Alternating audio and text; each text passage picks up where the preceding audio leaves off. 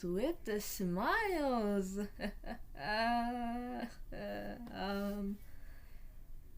Welcome to part 2. Yippee!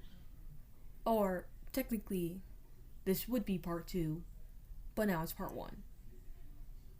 Where I decided to script it because the scrapped first video was horrible.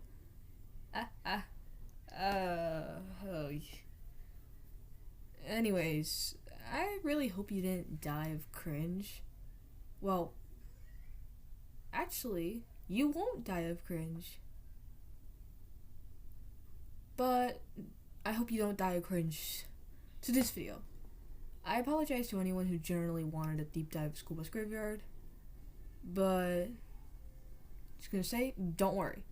Once season 2 comes out, I'll probably redo this video with a better computer, hopefully.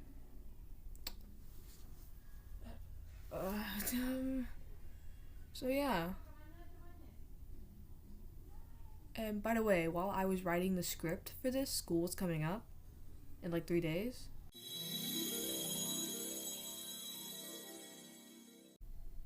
So I thought I was gonna be busy, but as of now, schoolwork is fine. I don't really have homework right now. But still, I'll have to study later, or technically later, for stuff. But anyways, yeah, let's get into the theories. So, let's start off with one that, from what I can see, not many people talk about, which is the connection theory. Yippee! You'll understand once I start talking more. Basically, what I would assume this means is like, what relation to the energy, not the energies, oh my god, school is getting into my head now. Do the injuries have with the shadow dimension? Like, why do they behave the way they do? How are the human bodies connected to the phantom bodies? Or phantom dimension bodies? My take on this theory is that possibly there's an invisible strand that connects the human bodies to the shadow bodies. That's another theory of mine, by the way. And while the shadows don't entirely affect the human body, they can still do some damage in some way. Basically, once you connect with the rift, your body connects with your shadow on a whole nother level. But any injury, school, stop interfering with my life. But any injury from the shadow realm can't appear on your human body. It only appears on the shadow, which can't be seen due to the shadow being a solid color, you know, if you know. The evidence is literally the scars and hair. That's it. I'm sorry if this doesn't make sense. When I was writing the script, it was literally midnight, and I'm not really good at explaining stuff, regardless if it's midnight. The next theory on the list is actually a suggested one. Credit to user /TexasCaleb on Reddit. Sorry man if I discussed this terribly. I'm not worthy of talking about your theory. It's really interesting. On the screen, hopefully I'll be able to figure out how to like put images of like stuff. So there's that person. So what he said was that the phantom dimension takes place in the future. That's basically what his theory is about. Like, it's the future. He explained that like it would explain why moving things in the human dimension affects the shadow dimension. You know, it moved. But when you move something in the shadow dimension, it is not due, so vice versa. And he also said it explains the roads being busted up as well. He also said the origami cult are good guys, which means Stinky British Man is good. So, Personally, while this is a cool theory and seems plausible, I don't really think it may be the case.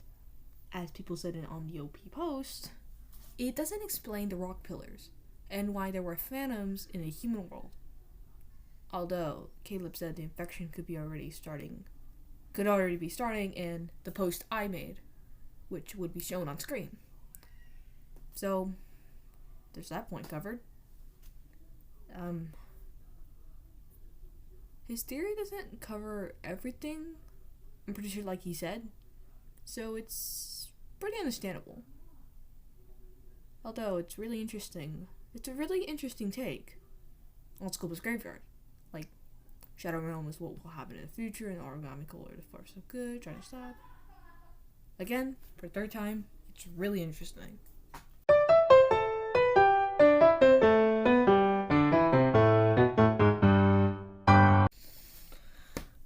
Tyler's in a coma. That's the third theory. Yeah, not much else to talk about. There's evidence that backs us up. Like Mr. Spyman said, that they should be at least be comatose. Whatever the fuck that means. Like, huh? Excuse me? Ryan, what do you mean by that? Ryan? Help? I'm just gonna say this real quick. I kind of think Ryan is kind of fun. Like, honestly, he looks attractive in some way. Possibly means that they should have died in the Shadow Realm and be in a coma in the real world. So Tyler wanted the spotlight and flew out of the Jeep to turn himself into a Christmas decoration.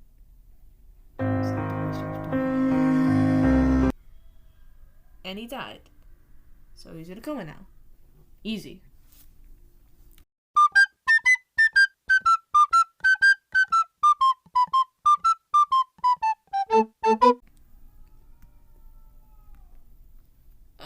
The next one kind of goes with Caleb's theory. Like, he did mention it. But a lot of people also said this, I think. So basically, the theory is that the Phantoms were people before. Like, they were human. But then they went like that and became Phantoms.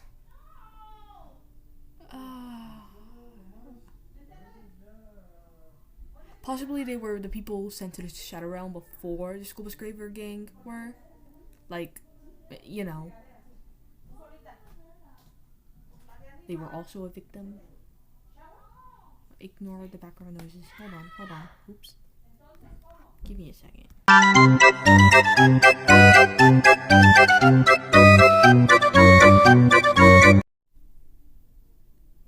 I accidentally stopped recording and I did not mean to do that.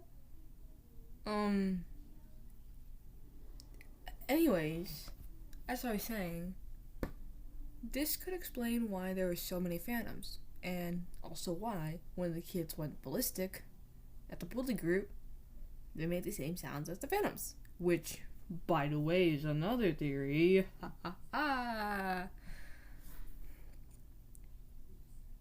These two theories go together, basically. But, for the sake, let's separate them.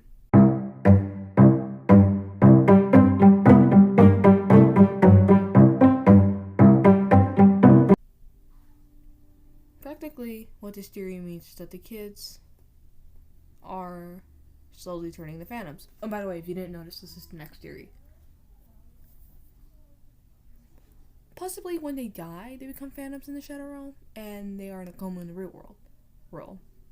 A few theories are like this and go together, which patch up any plot holes in the theories, but there's always the chance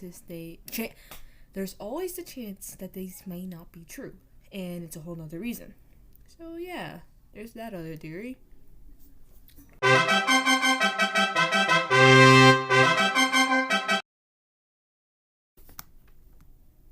Last but not least, this is my personal theory that I built up from someone else's theory. I completely forgot who said this, so Sorry if I stole your idea. Oh.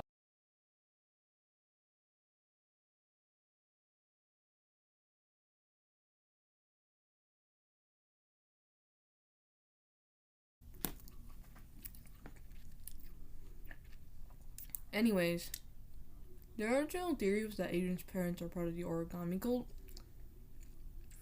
and that they may have something to do with the Shadow Realm. However, there is some plot hole to that theory. Like, wouldn't there have been some origami stuff with the parents? Anyways, I did dismiss this theory and went on with my life. However, while rereading the first season the night before, which is when I was writing the script, something clicked in my head. What if Aiden's parents are part of the organization that are tracking the origami cult? Well, I mean, there's some plausible evidence. Not only are they filthy rich, but literally a go off Queen and King, but they would frequently travel and somehow end up staying in Georgia, the same state that the origami cults are in. Of course, they still travel, but they are letting the kids, Aiden and Ben, stay at the house, letting them be stationary. So that means that they could be traveling for business, but didn't want to put Aiden and Ben in danger, even though now they are regardless. So they let them stay at a place for good. I also believe that season 2 could possibly prove this, evidence being the sneak peek of Aiden and Ash at his house, and Ash talking to Aiden's parents. We can clearly see that Mama Clark is disappointed, and Daddy Clark has his head hung low. Possibly they could be talking about the group going to Savannah, or about the Shadow Realm, and they're like, fuck, these kids are in danger. Get Vincent on the phone! Who the fuck is Vincent? Well, yeah, that's my theory.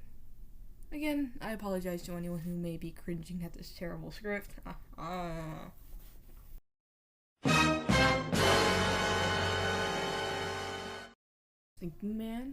Sticky Gel Man and Betty Red Shirt Girl. Who are they? Well, the best I could say is that the boss is some kind of guy who started to notice the rift and the Shadow Realm and the rift and the Shadow Realm, and decided to experiment with it, resulting in the two sides watching them. Probably because he was sending a bunch of kids to the Shadow Realm. That's a bit suspicious, ain't it? I'm assuming the people sent were kids because of how the school was sending these 15 to 16-year-olds to Savannah for a food trip. Not suspicious. Red Shirt Gal is just some gal he knew who decided to join the cult. I don't know what else to say. Damn, what do you want from me? 6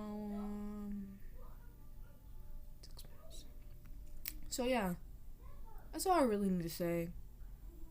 Hopefully later in the year, once season 2 comes out, I'll discuss other theories about season 2 that either proven right or wrong. Alright, the video's over now. Sorry for this terrible script, and have a good day. Bye bye. Forget about it! You ain't even gonna do nothing? Joke's on you, Arlie. I identify as a woman. Oh, ew. Oh. Of course, I couldn't leave off without my theory. Accidentally paused the video. That was embarrassing. I'll make it quick though. This is real quick. Alright. Sorry. It's too much already. Okay, so basically, my theory is that Tyler is gonna slowly turn into Phantom. Actually, this is more of a prediction than theory. Alright, anyways. Basically, my theory is that Tyler's gonna slowly turn into a Phantom, but somehow his process got paused. Maybe because he's friends with Ashlyn, so maybe there's a connection between Ashlyn and her friends. So, he's just kind of in this semi-form, which I will show on screen. Both my fan art I made for him in the series. In the real world, he's just a blank vessel. Basically, he's just kind of like empty. He walks around, he does work, he's just like basically himself, minus emotion and color in his eyes. Like all his because his like all his consciousness is gonna be in the shadow dimension. And that's all I really have to say about the series. It's kind of quick. I wanted to make it quick. All right, for real though, the video is now actually over. Again, I'm sorry if this video is cringe. I really apologize in advance, but I hope you enjoyed. Look out for more videos like this. Have a good day, fellow beans. Goodbye.